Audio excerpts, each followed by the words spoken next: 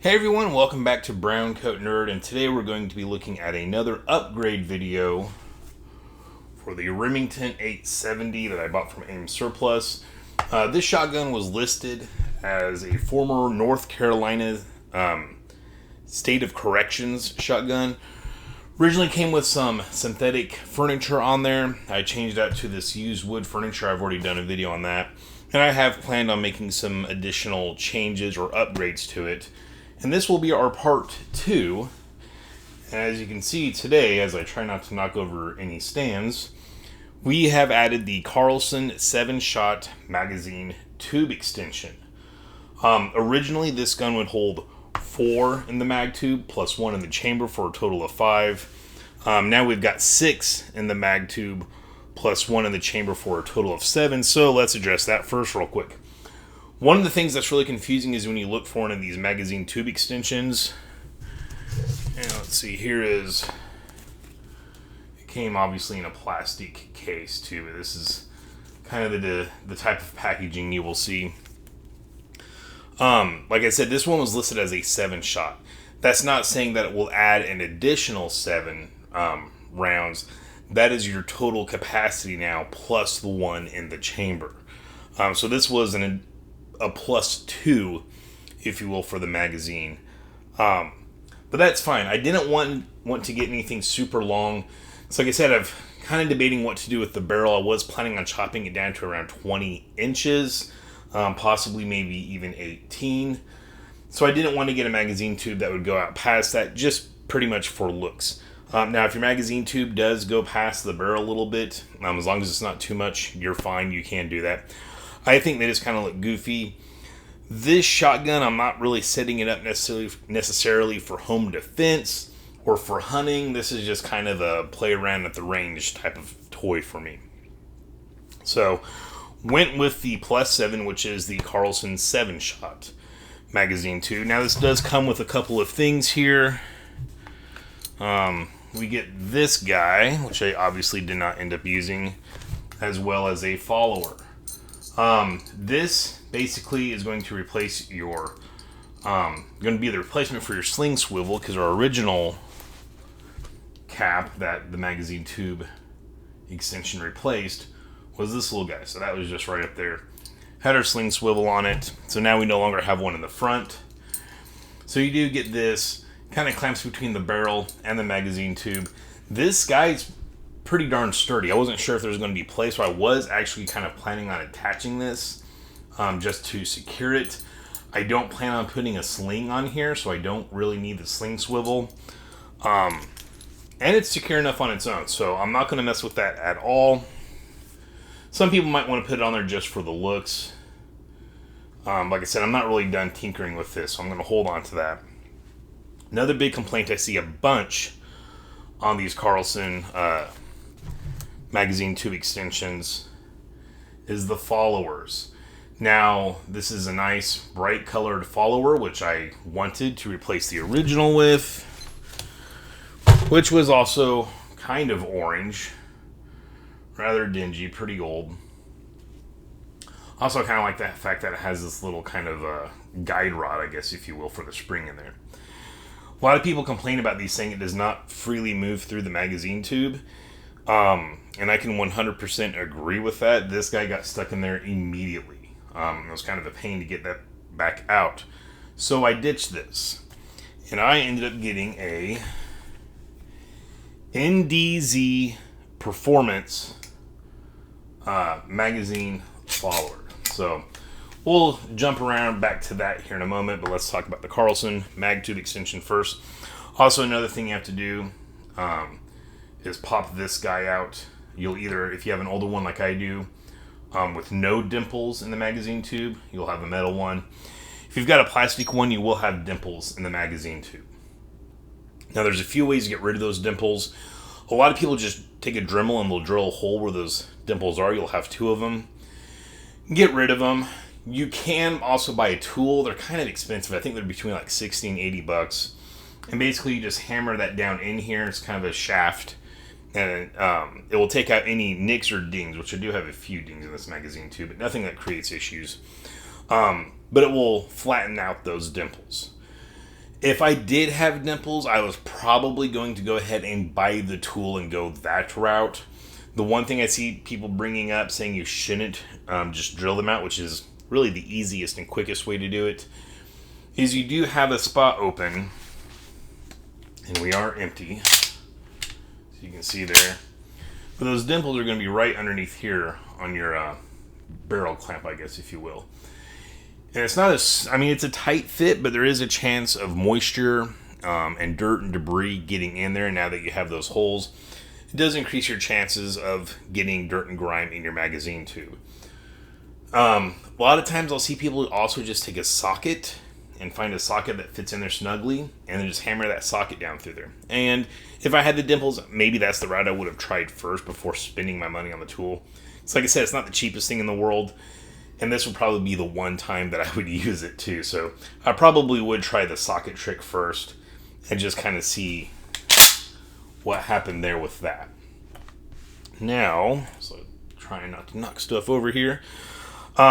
This Carlson magazine tube, found one on eBay. It ran me $73. They offer them in quite a few different extension lengths. They've got like a +1, the +2 that we have here. And I think they have them that go all the way up to where you get a total number of 10 rounds +1 in the chamber in there. So pretty freaking long. But like I said, I don't know what length of barrel I'm going to go with. I know I'm going to want a shorter one. Originally, I was thinking about chopping this barrel down. One of the things I was doing with this shotgun, it's got some pretty good patina, as you can see there on the receiver. I didn't want to get a brand new wood stock set because I thought that would look goofy. So I looked around a bunch on eBay and I found this used stock set, which I think I said. I do have a video specifically on this, on the stock set. So I wanted to buy a used one to kind of match the overall look of the gun. And I think that went pretty well. However, something I did not think about, I knew I was going to want the magazine tube extension. And now we're looking kind of goofy. Because we have this shiny, brand new magazine tube right below that worn patinaed barrel. For a second, I did think about just kind of trying to distress the look of this magazine tube. But then I was like, no, I'm not going to do that. So now I think rather than chopping down this barrel, which I really like the look of this vented rib up here. I know I'd have to rebeat it depending on where I chopped it at. But I think I'm just probably going to get a different barrel. An all new one. So that will match the magazine tube extension. We are still going to have this kind of distressed and aged looking receiver, but oh well, that is life. I'll be able to live with it. One of the things to point out, this magazine tube, you've got like a little dimple on the collar of the barrel hair, and that's how your, where'd it go, original clamp would lock in there. It kind of like ratchet in place on that detent. The magazine tube also works the same way, so it locks in there really well, which I was happy to find out. So no issues with that. One thing I did discover is when I very first put this on there and I loaded some shells in, I was only getting additional round in there. And I'm like, that's not right. So basically I would unload it and kind of kept fiddling with it for a while. Eventually I was able to get all 6 rounds in. And I was like, okay, that's kind of weird. Unloaded it, and I've loaded it several times since then, and it has not hung up on me at all since. So not really sure if the spring, because you do get a longer spring with this as well. I'm not sure if that spring was just kind of binding up and it needed to pop out of whatever it was binding on, and now that it's popped out, it seems to no longer be an issue. So that is one thing I want to point out. If you get one of these magazine tube extensions and you go to load up that magazine tube and you discover you're not getting as many rounds in there as you should, which I should also point out, that is with 2 3/4 round shells. I'm not sure if you're still going to get 6 rounds, or I guess shot shells in here with the 3-inch magnums, which I did also find out later on. This has the M at the end of the serial number. So this one, I purchased this as a non-magnum, saved some money from AIM surplus, and it turns out this actually is a magnum. So that was cool. But anyways, So if you put one of these magazine tube extensions on there and it's binding up and you're not getting the total number of rounds in there as you should, just unload it and just keep, repeat. I didn't really adjust anything. I didn't remove this. I just kept trying. And eventually it started working. And I got all the rounds in there I was supposed to. And like I said, I've loaded it a whole bunch of times because I tried to duplicate that issue. And I just simply could not duplicate that issue. So I think something just kind of got bound up in there a little bit funky. And he needed to pop it out of place. Now, at one point in time, I did remove this magazine tube extension when I did my review on the Woodstocks. I didn't want you all to know I had already gotten that. And when I put this back on there, I ran into that exact same problem again. And I kept trying to load it, unload it, try to load it again. And on my third or fourth try, it loaded all the rounds. And that's pretty much what happened the first time too. And like I said, I've loaded it up a whole bunch just to make sure it wasn't going to be an issue that would reoccur. And I can't get it to duplicate. So I think it's just that initial time you put it on there, something gets bound up and you just kind of got to pop it out of place. And like I said, the other thing I did upgrade is the magazine follower, which is that guy right there. This is the NDZ Performance follower. It's a nice metal one. It's brightly colored. This one is actually orange.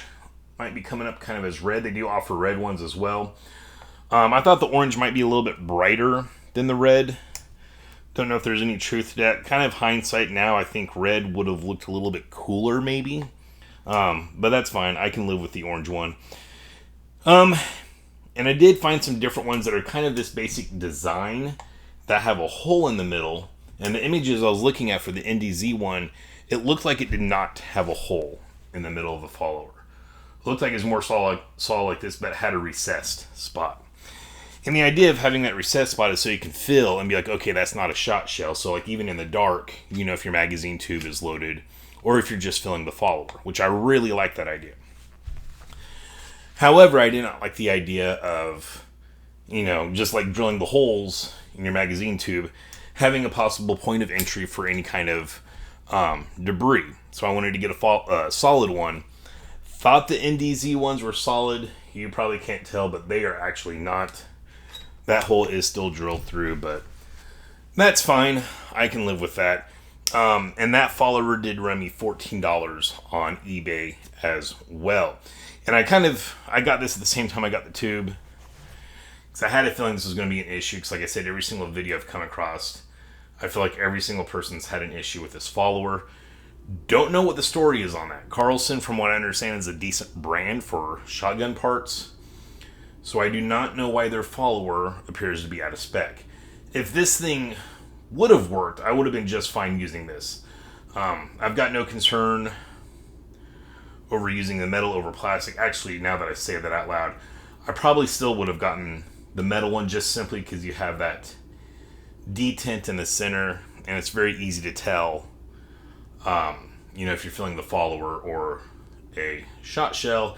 And obviously this too, you can fill in that's completely flat. You can tell it's plastic, but I feel like you get a little more feedback with the NDZ Performance version on there. So I guess maybe I would have changed that follower regardless. But yeah, that's just where I'm at on this Remington 870. When I first did my initial review on this, I told you guys I plan on doing a bunch of stuff. Didn't really know exactly what route I was going down with the modifications. And I'm pretty much still in that boat.